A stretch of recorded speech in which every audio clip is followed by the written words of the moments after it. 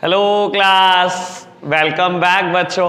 बेटा बात कर रहे थे इंटरनल ट्रेड की। अभी हमारे पास बेटा 3 से 4 टॉपिक और बचे हैं। सबसे पहले बेटा बात करते हैं एक टॉपिक की जिसका नाम है मेल ऑर्डर हाउसेस। आप सब सामने देखेंगे, सारा बेस में तैयार करूंगा, बस फिर रीड करना रह जाएगा।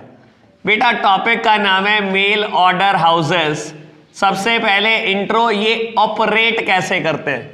बेटा जैसे कि नेम सजेस्ट कर रहा है मेल ऑर्डर हाउसेस, तो बेटा ये ऑपरेट पोस्ट ऑफिस के थ्रू ही करते हैं। बेटा समझाने के लिए बताता हूं बेटा अपने प्रोडक्ट को कैसे डिस्प्ले करते हैं। बेटा ये कुछ और नहीं करते, न्यूज़पेपर में एड देकर अपना प्रोडक्ट डिस्प्ले करते हैं। ठीक है ना, मैं बता देता हूं, मैं देखा करता था एक ऐड, कई साल रेगुलर आया बेटा। ठीक है ना, शॉप का नाम था D2H शॉप।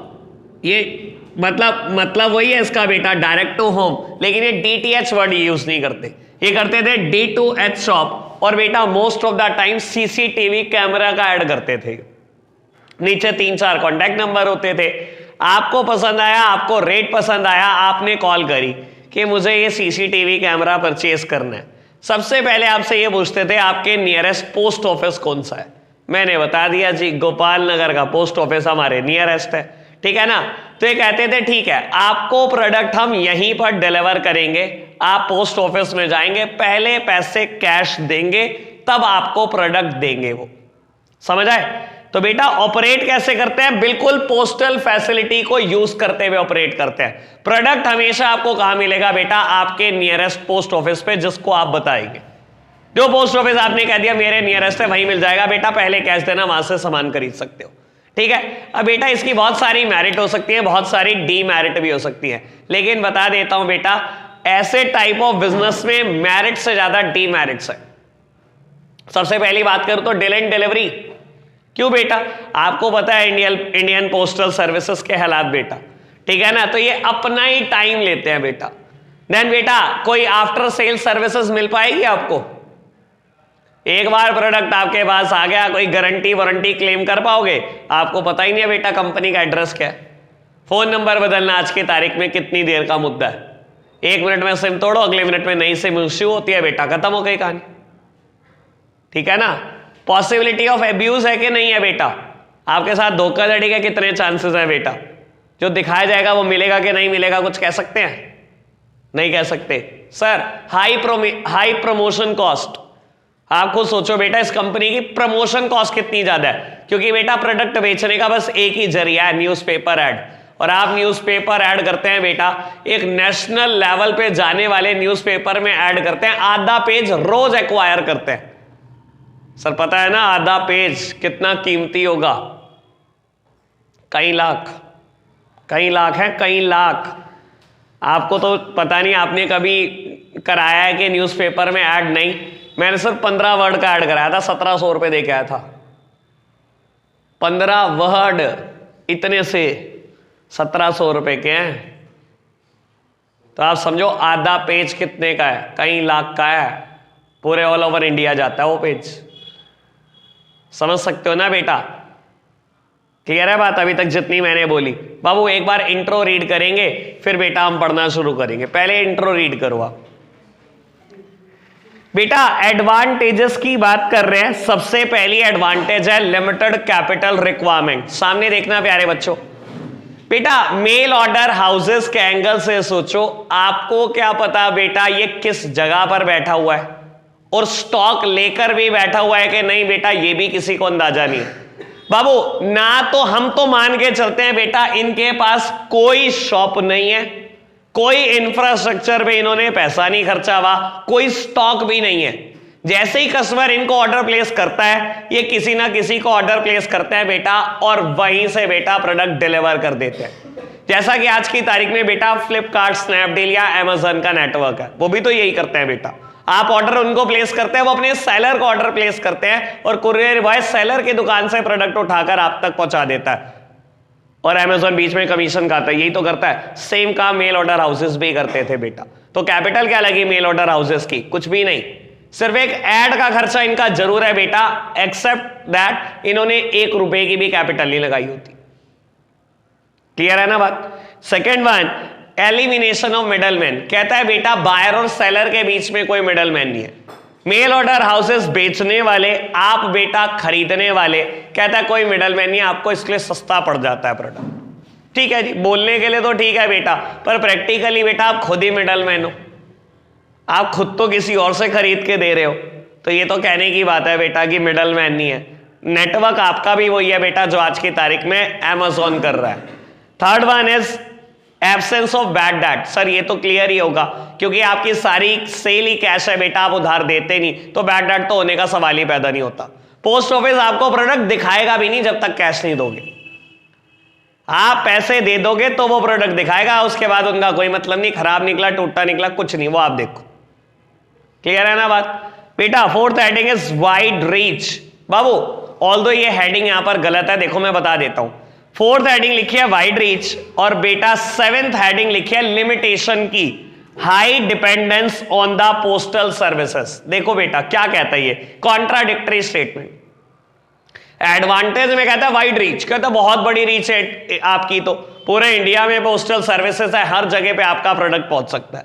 एक तरफ तो ये कहता है वाइड रीच में, और जब लिमिटेशन की सेवेंथ हेडिंग लिखता है तो बेटा उसमें कहता है high dependency on the postal services, कि आप पोस्टल सर्विस पे डिपेंडेंट हो, जहां पर पोस्टल सर्विसेज नहीं है वहां आप अपना प्रोडक्ट कभी बेच नहीं पाओगे। तो भाई एक ही जगह बता दे, क्या करूं मैं, ठीक है ना। तो लिमिटेशन में लिखना बेटा, इसको एडवांटेज में मत लिखना वाइड रीच, ठीक है जी। ऐसे ही बेटा फिफ्थ हेडिंग है कन्वीनियंस। बेटा आपको इस बात की कन्वीनियंस है कि आपको आपके डोर स्टेप पे प्रोडक्ट मिल रहा है, नियरेस्ट पोस्ट ऑफिस पे आपको प्रोडक्ट मिल जाएगा, आपको कहीं और मार्केट घूमने जाने की जरूरत नहीं है। ठीक है जी, बात समझ में आई। एक बार फटाफट से रीड कर दो, एडवांटेज फिर लिमिटेशन की बात करेंगे। बेटा बात कर रहे हैं लिमिटेशन की, ऑल्दो मेरे हिसाब से तो मैंने सब बताया, अगर आप कहोगे बेटा कुछ बताने को तो बता देता हूं। Sir lack of personal contact समझ में आया? आपने कभी सेलर को नहीं देखा, सेलर ने कभी बायर को नहीं देखा, there is no face to face contact between the buyer and seller. Second one बेटा हाई प्रमोशन कॉस्ट, आपका बेटा प्रमोशनल कॉस्ट हद से ज्यादा है, लाख रुपए रोज के खर्चते होंगे बेटा प्रमोशन पे, और पता नहीं है बेटा इनकम क्या है आपकी। Third one is know after sale services. Sir guarantee, warranty, credit, EMI ऐसी कोई फैसिलिटी आपको कभी सेलर से मिल नहीं पाएगी, ट्रेस नहीं कर पाओगे कभी सेलर को। एक बार बस प्रोडक्ट मिल गया, बस वही शुक्र मान लेना, उसके बाद कुछ नहीं पता सेलर का। नो क्रेडिट फैसिलिटी, उधार है नहीं। Delayed delivery, Indian postal services take its own time, ठीक है ना, उनका तरीका वही पुराना है बाबू। पॉसिबिलिटी ऑफ एब्यूज, धोखाधड़ी के चांसेस हद से ज्यादा, और high dependency on postal service. सब क्लियर है ना, आगे बढ़ो जी। बेटा एक पेज छोड़कर कंज्यूमर कोऑपरेटिव स्टोर अभी छोड़ दो, अगर कोई स्कूल कराएगा बता देना भाई, मैं करा दूंगा, ये है मुद्दा 5, 7, 10 मिनट का ही, ठीक है जी। कोई कराएगा बता देना। आगे बढ़ रहा हूं बेटा, एक नया टॉपिक स्टार्ट हो रहा है, सुपरमार्केट। दिखाई दे रहा है? ऑल्दो कुछ नहीं बताना, बस एक वर्ड बताना है। सर सुपरमार्केट मतलब कुछ और नहीं बेटा, सिंपल देसी भाषा में बोलूं तो मिनी मॉल, ठीक है ना। और बेटा और देसी भाषा में बोलूं तो डिपार्टमेंटल स्टोर। समझ गए? अब कुछ बताना है मुझे बाबू। आपने पहला पैराग्राफ पूरा पढ़ना है, दूसरे पैराग्राफ की पहली लाइन में बता देता हूं पढ़कर, ताकि आपको पता लगे डिपार्टमेंटल स्टोर है। Supermarket are organised on departmental basis where customer can buy various type of goods under one roof. Same बात है, समझ आ गई बात? पहला पैराग्राफ हमने पूरा पढ़ना है, सारे फीचर पढ़नी है, सारी एडवांटेज, सारी लिमिटेशन, सब कुछ पढ़ा हुआ है, मुझे कुछ नहीं पढ़ाना। वैसे दिखा देता हूं एक बार शक्ल, एडवांटेज की शक्ल पढ़ना, वन रूफ लो कॉस्ट, यही प्रिंसिपल होता है डिपार्टमेंटल स्टोर का। फ्रॉम पिन टू एरोप्लेन, याद होगा मेरी word. Centralise location, sir clear है ना बात? Wide selection, no bad debt, benefit of being large scale, सब कुछ याद आ गया होगा। Sir limitation, no credit, no personal attention, याद है? Best part of the day, best day of the week. Mishandling of goods, sir miss handling के ऊपर चर्चा कर दूंगा। हाई ओवरहेड एक्सपेंसेस, वहां पर शायद इसका नाम हाई ऑपरेटिंग कॉस्ट था, ठीक है ना। और huge capital requirement, sir nation wide काम करना है, अरबों रुपए चाहिए। सारी बात हुई भी है ना, आपने बस फटाफट से पढ़ के बताना है, रीड करके पूरा खत्म करो बेटा। लास्ट टॉपिक स्टार्ट कर रहे हैं चैप्टर का, चैप्टर यहीं फिनिश हो जाएगा। Role of commerce and industry association in the promotion of internal trade. कैसे बेटा कुछ कॉमर्स की एसोसिएशन इंटरनल ट्रेड प्रमोट करती है, आराम से समझना इस चीज को लेकर। बेटा सबसे पहले बात कर देता हूं कि कॉमर्स की कौन सी एसोसिएशन है। बेटा 3 है मेनली तो, ठीक है ना, और आपको नाम भी याद रखने हैं। फिकी, ये बिल्कुल मिट्टी नहीं है बेटा, फिकी CII और आइसोचेम, ठीक है ना। फिकी क्या है? Federation of Indian chamber of commerce and industry, और CII है बेटा कन्फेडरेशन ऑफ इंडियन इंडस्ट्रीज, और बेटा आइसोचेम है association of chamber of commerce. ये बेसिकली 3 इंडस्ट्री के नाम है जो बेटा प्रमोट करती है इंटरनल ट्रेड। पहले इनकी फंक्शनिंग बता देता हूं, ये कैसे ऑपरेट करती है। आप सब सामने देखना मेरी तरफ बेटा, ताकि मैं क्लियर कर सकूं इनका फंक्शन है क्या। बेटा ये बोलूं नो सिंपल भाषा में, ये मिडल मैन है बेटा। ये क्या करती है बेटा? गवर्नमेंट के साथ भी टच में रहती है और सारे ट्रेडर्स के साथ भी टच में रहती है। कुछ बातें तो बेटा ट्रेडर की गवर्नमेंट के ऊपर थोपते हैं कि गवर्नमेंट आपको ऐसा करना चाहिए, और कुछ बातें गवर्नमेंट की इनके ऊपर थोपते हैं कि आपको भी गवर्नमेंट की बात माननी चाहिए। बेसिकली काम मिडल मैन वाला।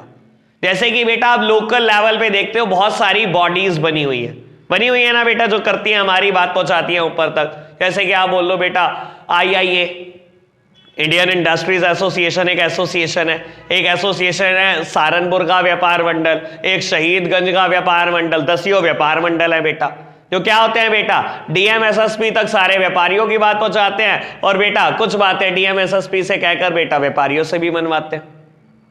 ठीक है ना, बात समझ में आई? काम क्या है होगा इनका बेटा? अब इनका रोल है इंटरनल ट्रेड के प्रमोशन में, और बेसिकली बता देता हूं बेटा, कुछ और नहीं, वही सब बताने आपको। कुछ बातें इन्होंने गवर्नमेंट से मनवाई हैं व्यापारियों के लिए, और कुछ बातें बेटा व्यापारियों से मनाई हैं गवर्नमेंट के भले के लिए। जैसे कि बेटा शुरू की हेडिंग बताता हूं। सबसे पहली हेडिंग है interstate movement of goods, second one is octroi and other levies, other local levies, और एक हेडिंग होगी बेटा 6th नंबर पे शायद एक्साइज ड्यूटी है ना। ये मेरी तरफ देखना, सब सामने देखना। सर ऑल्दो GST आने के बाद ऑक्ट्रॉय और एक्साइज ये सब टैक्सेस खत्म हो गए, ठीक है ना, ऑक्ट्रॉय भी खत्म हो गई, खैर लेकिन मैं मतलब बताऊंगा, सब सामने देख रहे हैं। सर सरकार से देखो इन्होंने क्या करवाया। सरकार को इन्होंने कहा कि सरकार व्यापारियों के भले के लिए, व्यापार के भले के लिए आप all over the India highways construct करो, ताकि बेटा ट्रांसपोर्टेशन में कभी प्रॉब्लम ना हो पाए, बेटा व्यापारी अपना गुड्स पूरे इंडिया में कहीं भी बेच पाए। और बेटा बता देता हूं, बहुत सारे हाईवे की अनाउंसमेंट फिकी और CII की मीटिंग में करी है PM ने। पिछले जितने PM उठा के देखोगे ना, हर कोई जाकर इनकी मीटिंग में अनाउंसमेंट करता था, अब हम आपके भले के लिए ये हाईवे बनवाएंगे, ये हाईवे बनवाएंगे। तो बेटा ये तो सरकार ने किया आपके लिए, inter state movement of goods, की पूरे इंडिया में कहीं भी गुड्स ले जा सको, हम कुछ ऐसा कर देंगे, ऐसा हाईवे का जाल बिछा देंगे, और बिछ ही रहा है बेटा ऑल ओवर द इंडिया।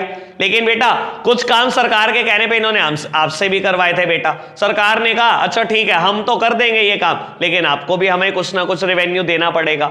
और बेटा एक्साइज ड्यूटी लगवाई थी फिर इन्होंने। एक्साइज क्या है? कल बताया था हल्का सा बेटा, इंडिया में मैन्युफैक्चरिंग के ऊपर एक टैक्स लगता था जिसको आप एक्साइज ड्यूटी बोलते थे, ठीक है ना बेटा।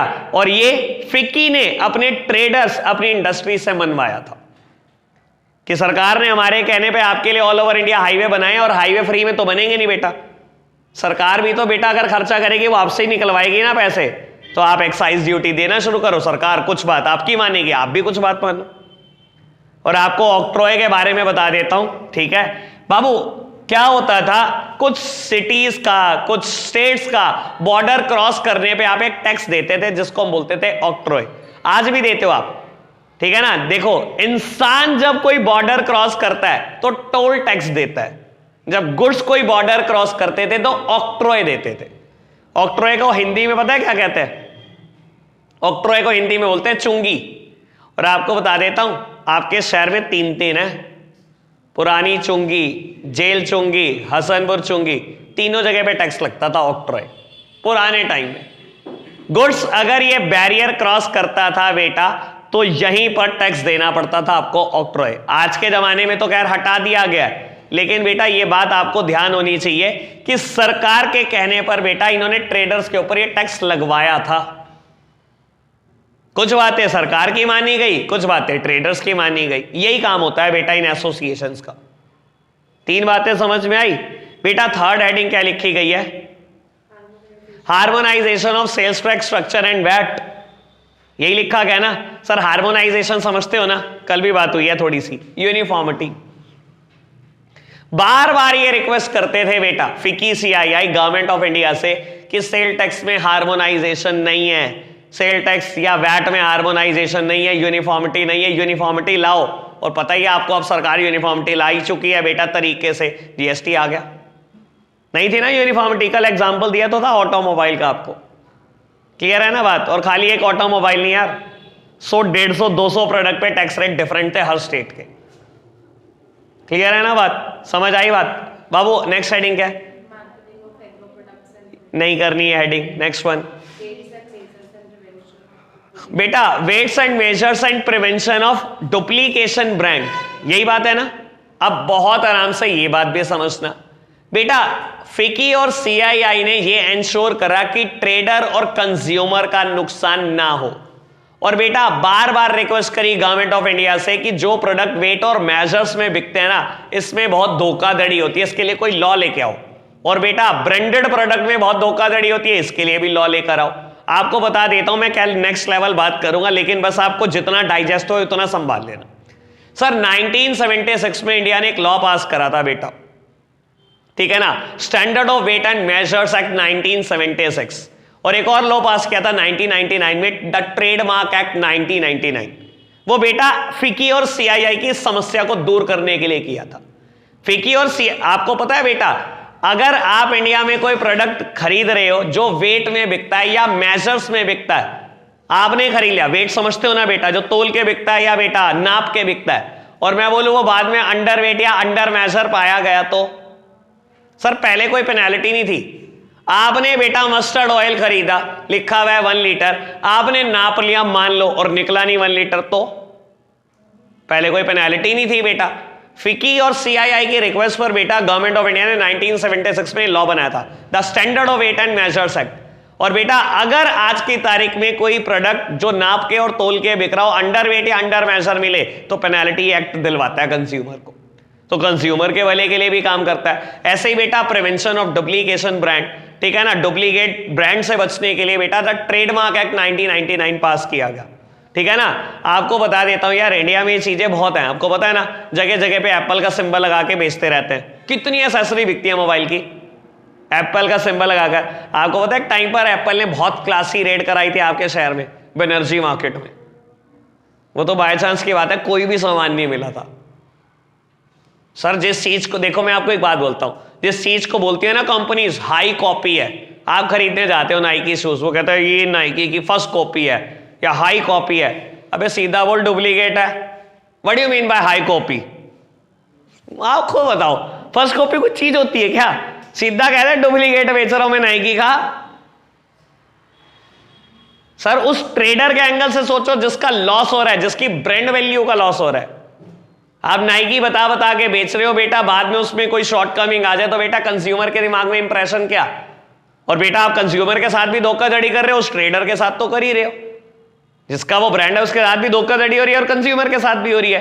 तो बेटा उनके प्रोटेक्शन के लिए लॉ बनाया गया था, द ट्रेडमार्क एक्ट 1999। क्लियर है बात?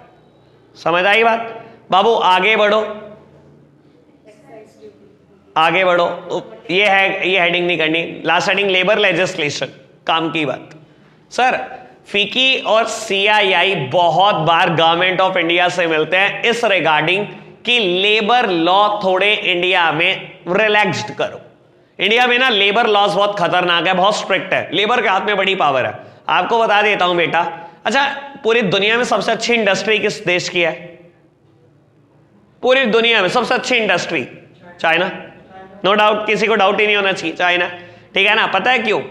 लेबर लॉ लेबर के फेवर में नहीं है, सारे फैक्ट्रीज के फेवर में।